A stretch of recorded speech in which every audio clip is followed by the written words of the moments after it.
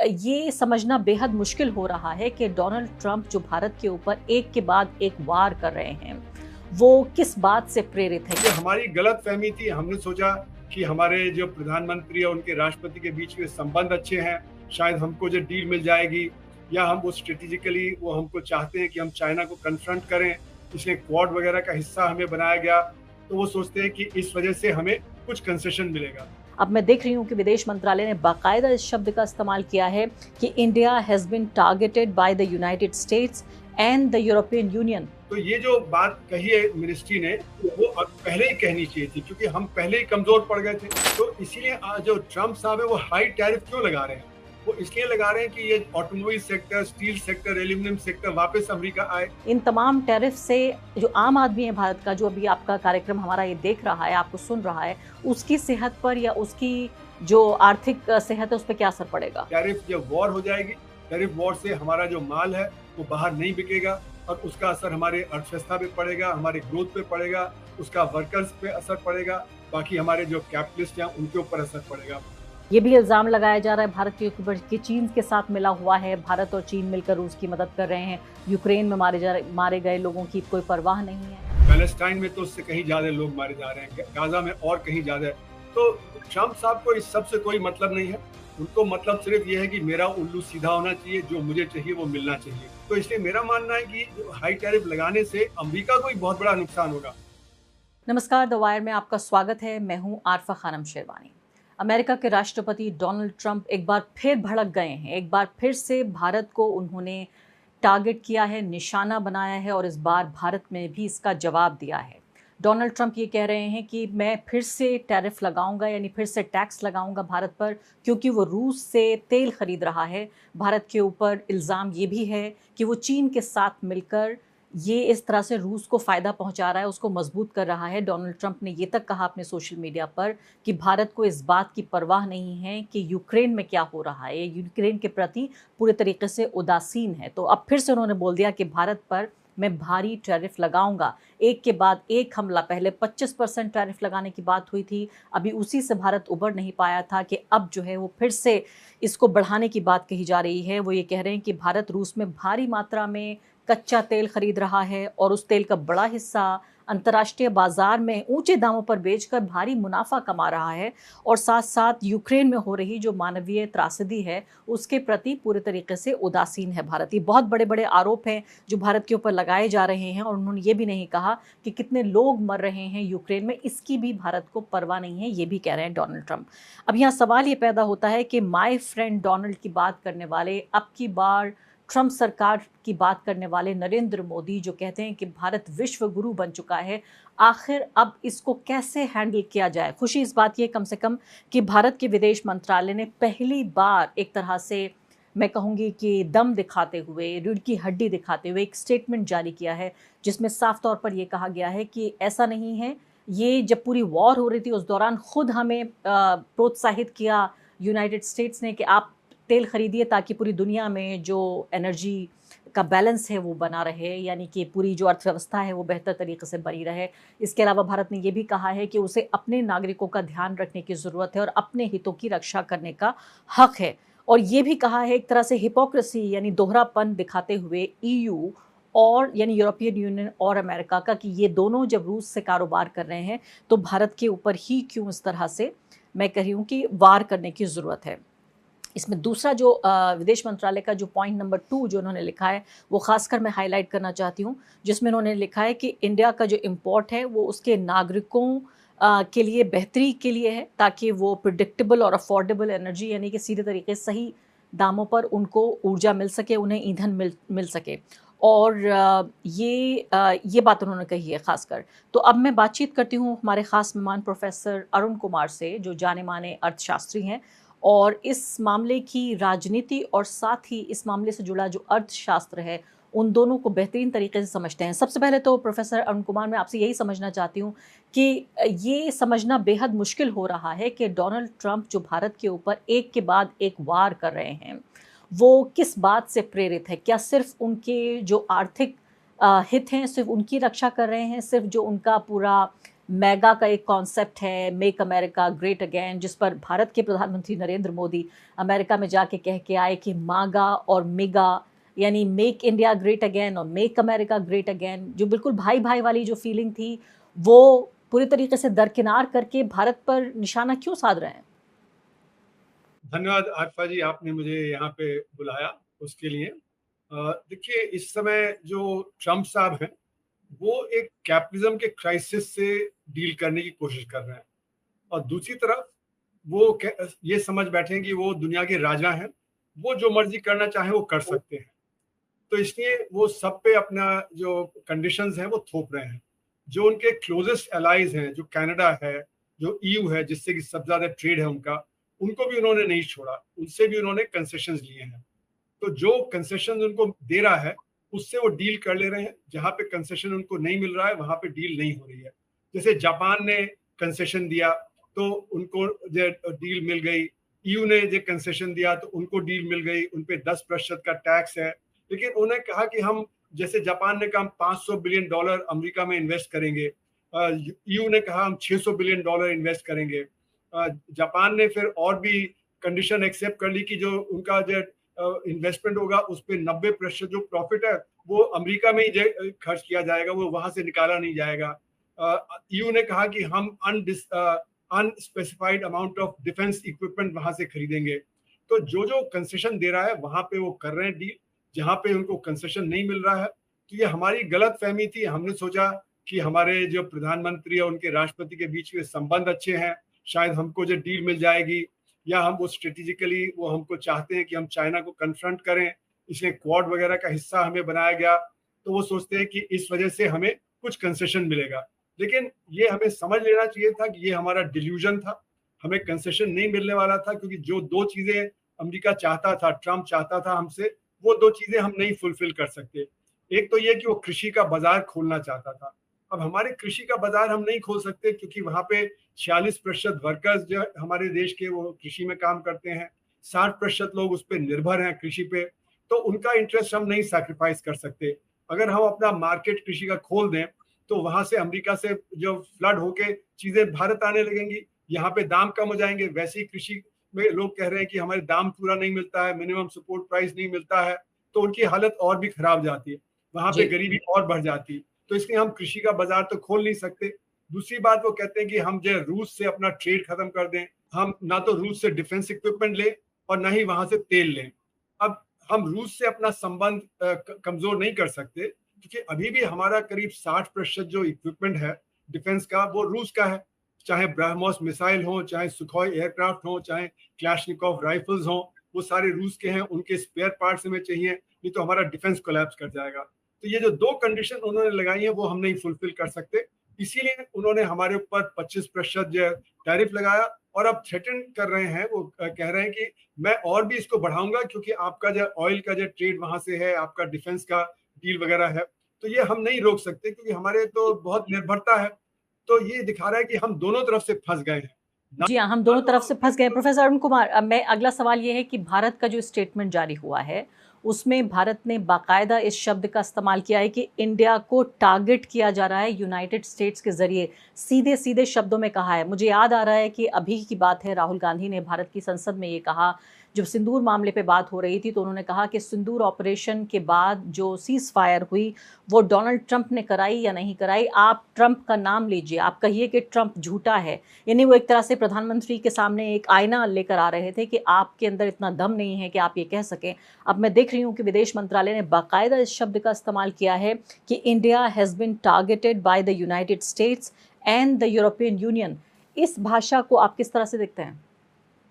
देखिए, ये बात सही है कि जो ट्रम्प चाहते हैं हम कंसेशन दें, उनको कंसेशन नहीं मिल रहा है, तो इसलिए वो हमारे ऊपर खास मेहरबान हो गए हैं, उन्होंने खास ड्यूटी वगैरह हमारे ऊपर लगाई है।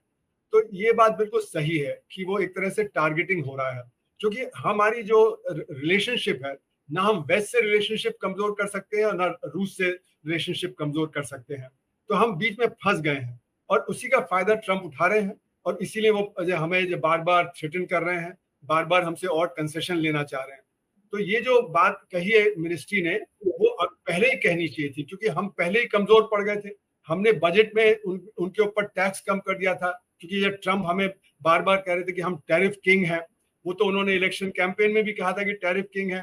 पिछले बार भी जब पहली बार आए थे तब भी वो कहते थे टैरिफ किंग है, कि भारत के टैरिफ सबसे ज्यादा हैं। तो अगर आप टैरिफ की बात समझें तो टैरिफ लगते हैं डब्ल्यूटीओ के तहत। डब्ल्यूटीओ में नेगोशिएशन होता है और उसमें नेगोशिएशन में वो अध्यक्षता अमेरिका की होती है। अमेरिका जो चाहता है वही जो डब्ल्यूटीओ में एक तरह से होता है। तो ये जो टैरिफ फिक्स किए गए थे, जो बाउंड रेट फिक्स किए गए थे, वो अमेरिका के जो एग्रीमेंट के साथ किए गए थे। तो ये कोई नई बात नहीं है, लेकिन अब वो हमने उनको कंसेशन दिया। जब उन्होंने हमें टैरिफ जो कम किया तो हमने उनको कंसेशन दिया, सर्विसेज सेक्टर में दिया, ट्रिप्स में दिया, ट्रिम्स में दिया। तो ये सारे कंसेशन हमने दिए उनको। तो एक तरह से लेन देन था, तो वो सॉफ्ट वे ऑफ कैपिटलिज्म था। अब ट्रम्प कह रहे हैं कि नहीं, अब मुझे जॉब्स वापस अमेरिका लाने हैं।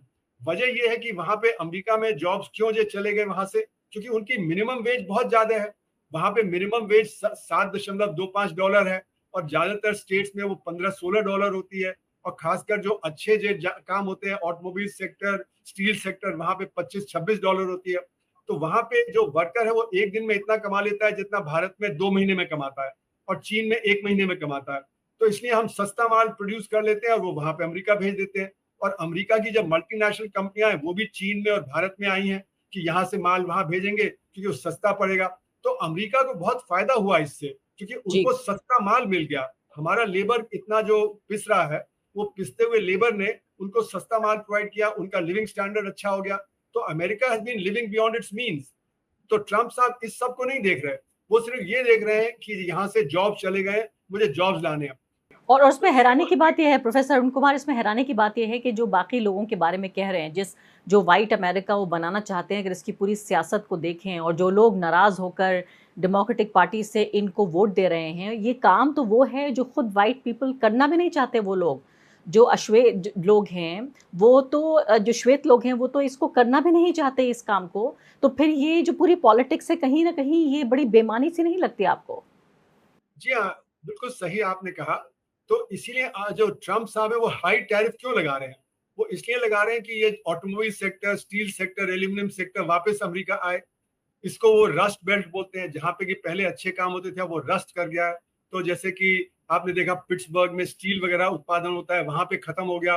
फिर आपने देखा डिट्रॉइट में ऑटोमोबाइल सेक्टर था, वहां से वो जब बहुत बड़ी मात्रा में चला गया, वो वापस लाना चाहते हैं। उसके लिए हाई टैरिफ लगा रहे हैं। लेकिन हाई टैरिफ कौन पे करेगा? वो फिर अमेरिकन वर्कर ही पे करेगा। तो उसके दाम बढ़ जाएंगे। तो जो दाम बढ़ेंगे तो उससे उसकी डिमांड कम हो जाएगी। और आप फिर भी देखिए कि जितना हाई टैरिफ लगा भी रहे हैं तो भी जो वहां पे सारा उत्पादन नहीं हो सकता है, क्योंकि उसके लिए समय लगेगा। तो इसलिए मेरा मानना है कि जो हाई टैरिफ लगाने से अमेरिका को ही बहुत बड़ा नुकसान होगा। यहाँ तक कि जो आप कह रहे हैं कि जो व्हाइट वर्कर्स बहुत सारे काम नहीं करते, जो वहां पे माइग्रेंट्स वगैरह लोग आते हैं, इलीगल आए या लीगल आए, वो करते हैं। जैसे कि वहां के कृषि में बहुत सारा इलीगल माइग्रेशन होता है, मेक्सिको से, बाकी साउथ अमेरिका से, जो कि सस्ता फिर जो उनको फूड प्रोवाइड करता है, उनको वो भगा रहे हैं वहां से। तो अमेरिका को इस सब से काफी नुकसान होगा। वहां पे दाम तेज होंगे। जब दाम तेज होंगे तो वहां पे परचेजिंग पावर वर्कर की कम हो जाएगी। तो चाहे उसको काम थोड़ा बहुत मिल भी जाए, पर परचेजिंग पावर पे असर पड़ेगा। उससे उनकी अर्थव्यवस्था स्लो डाउन करेगी। और जब अर्थव्यवस्था स्लो डाउन करेगी तो स्टैगफ्लेशन की कंडीशन आ जाएगी। तो स्टैगफ्लेशन की जो कंडीशन है वो अभी सामने नजर नहीं आ रही, क्योंकि पहले ही जो एक्सपोर्टर थे उन्होंने बहुत सारा एक्सपोर्ट अमेरिका पहुंचा दिया था, क्योंकि टैरिफ बढ़ने वाले थे। लेकिन अब वो खत्म हो रहा है। अब आपने देखा कि लेबर मार्केट में वहां पे बहुत लो नया जॉब ऑफर हुआ है, जो एक रिकॉर्ड लो हुआ है। और पिछले 2 महीनों के भी जो जॉब ऑफर है उनको रिवाइज किया गया है। यानी कि जॉब क्रिएशन कम हो रहा है, तो यानी उत्पादन भी कम हो रहा है, जॉब क्रिएशन भी, और दाम भी बढ़ने शुरू हो गए। तो इसका स्टैगफ्लेशन से बहुत बड़ा असर भारत पे पड़ेगा। हाँ, मैं वही वापस मैं आपको भारत ही लाना चाहती थी प्रोफेसर अरुण कुमार, कि ये बताइए कि भारत के ऊपर पहले जो 25% टैरिफ की बात है, उसके बाद अब ये और कह रहे हैं कि मैं सज़ा दूंगा और टैरिफ बढ़ा दूंगा। क्या भारत ये कर सकता है कि तेल खरीदना बंद कर दे रूस से? क्या भारत के पास ये विकल्प है? सवाल नंबर 1, सवाल का हिस्सा ये है। दूसरा ये है कि अगर वो बंद नहीं करता है तो क्या होगा? इन तमाम टैरिफ से जो आम आदमी है भारत का, जो अभी आपका कार्यक्रम हमारा ये देख रहा है, आपको सुन रहा है, उसकी सेहत पर या उसकी जो आर्थिक सेहत है उस पर क्या असर पड़ेगा? देखिए, हमारे जो एक्सपोर्ट है वो अमेरिका में महंगे हो जाएंगे। अगर अभी तक 3% ड्यूटी लगती थी, अब 25%। यानी कि जो माल यहाँ से 100 रुपए के जाता था वो 133 में बिकता था, अब वो 125 में बिकेगा, $22 ज्यादा दाम में बिकेगा। तो इसलिए यहाँ से जो एक्सपोर्ट है अमेरिका को वो कम हो जाएगा, और अगर एक्सपोर्ट कम होगा तो जो हमारे एक्सपोर्टर्स हैं उनको अपना प्रॉफिट मार्जिन कम करना पड़ेगा और वर्कर की वेज को स्क्वीज करना पड़ेगा, या फिर सरकार से सब्सिडी लेनी पड़ेगी। तो तीनों ही जो चीजें हैं इससे भारत की अर्थव्यवस्था पे बुरा असर पड़ेगा, क्योंकि एक्सपोर्ट भी कम होगा, प्रॉफिट भी कम होगा, वेजेस भी कम होंगे और सरकार की सब्सिडी भी बढ़ेगी। तो ये सारी चीजों से जो भारत के अर्थव्यवस्था पे बुरा असर पड़ेगा वो धीरे धीरे फैलेगा।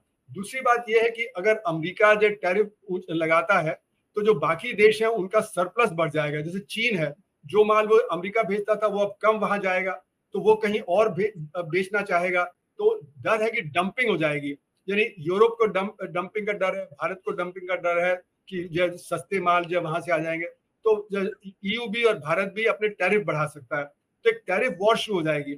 अगर टैरिफ वॉर शुरू हो गई तो भारत का एक्सपोर्ट अमेरिका को ही नहीं गिरेगा, बाकी और देशों को भी गिर जाएगा। तो इसलिए इसका असर ये होगा कि जो भारत की अर्थव्यवस्था है उस पर ज्यादा असर पड़ेगा। अगर बाकी देश सब एक समझौता करके एक दूसरे पे डंपिंग नहीं करते तो एक दूसरे पर टैरिफ बढ़ाने की जरूरत नहीं पड़ती। लेकिन शुरू में लगा था कि चीन कोशिश कर रहा था कि ईयू से समझौता कर ले, साउथ ईस्ट एशिया के देश हैं एशियान के, उनसे समझौता कर ले, भारत से समझौता कर ले और हम डंपिंग ना करें और एक दूसरे पर टैरिफ ना बढ़ाएं। वो स्थिति बेहतर रहती, क्योंकि फिर अमेरिका को ही विड्रॉ करना पड़ता, क्योंकि सब लोग अमेरिका पे टैरिफ लगाते और एक दूसरे पे नहीं लगाते। वो स्थिति अब है नहीं, क्योंकि अमेरिका ने, ट्रंप ने एक एक करके जो बड़े देश हैं उनको तोड़ लिया है। ईयू को तोड़ लिया, बाकी जापान से नेगोशिएट कर लिया, ब्रिटेन से कर लिया, चीन से नेगोशिएट कर रहा है। और वजह उसकी ये है कि हर एक देश कोशिश कर रहा था कि मुझे फायदा मिल जाए, बाकी को चाहे जो हो। इसको हम अंग्रेजी में बोलते हैं बेगर दाई नेबर पॉलिसी। ये बेगर दाई नेबर पॉलिसी के चलते हुए हर एक अलग अलग जो नेगोशिएट कर रहा था और हर एक अलग अलग हार गया। तो इसलिए जो अभी आज की स्थिति है उसमें डर ये है कि टैरिफ जब वॉर हो जाएगी, टैरिफ वॉर से हमारा जो माल है वो बाहर नहीं बिकेगा और उसका असर हमारे अर्थव्यवस्था पे पड़ेगा, हमारे ग्रोथ पे पड़ेगा, उसका वर्कर्स पे असर पड़ेगा, बाकी हमारे जो कैपिटलिस्ट हैं उनके ऊपर असर पड़ेगा।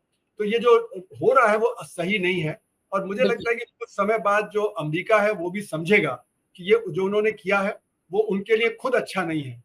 अब किस समय वो बिल्कुल आखिरी सवाल प्रोफेसर अरुण कुमार, वो ये कि भारत के पास अब विकल्प क्या हैं? हम जितनी चाहें मोदी सरकार की आलोचना कर लें। राहुल गांधी ने ये तक कहा कि जब उन्होंने कहा भारत के लिए कि भारत की इकोनॉमी डेड है, मर चुकी है भारत की अर्थव्यवस्था, इस तरह के शब्दों का इस्तेमाल किया। राहुल गांधी ने कहा वो इस बात से सहमत हैं। जाहिर है जब लोगों को यहाँ पर गरिमा भी नहीं मिल पा रही है, जो बुनियादी गरिमा एक आम भारतीय नागरिक की होनी चाहिए, तो उसमें उस इकोनॉमी को और क्या कहा जाए। लेकिन ट्रंप एक तरफ इस तरह की बातें कर रहे हैं। भारत के पास विकल्प इस वक्त क्या है? क्या वो अपनी जान बचाने के लिए, टैरिफ कम करने के लिए, क्या रूस से तेल खरीदना बंद कर दे?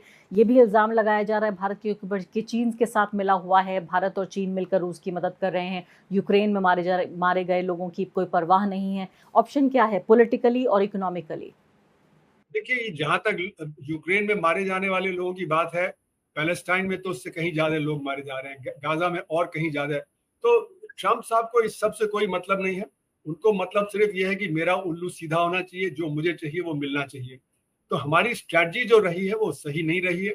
अगर हम स्ट्रेटेजिकली ज्यादा पावरफुल होते तो हमें दबाया नहीं जा सकता था। हमारी कमजोरी ये है कि हमारे पास टेक्नोलॉजी नहीं है। हम रूस से और जो अमेरिका से या फ्रांस से टेक्नोलॉजी लेते हैं तो वो हमें दबा देते हैं। और फिर हमारा जो असंगठित क्षेत्र है वो गिरावट पे है, जिसमें 94% लोग काम करते हैं। इसीलिए जो कहा जाता है कि अर्थव्यवस्था की ग्रोथ रेट, जो मैं बार बार कहता हूँ कि 2% से ज्यादा नहीं है, वो 6.5% नहीं है। यानी कि अर्थव्यवस्था इस समय करीब 48% कम है।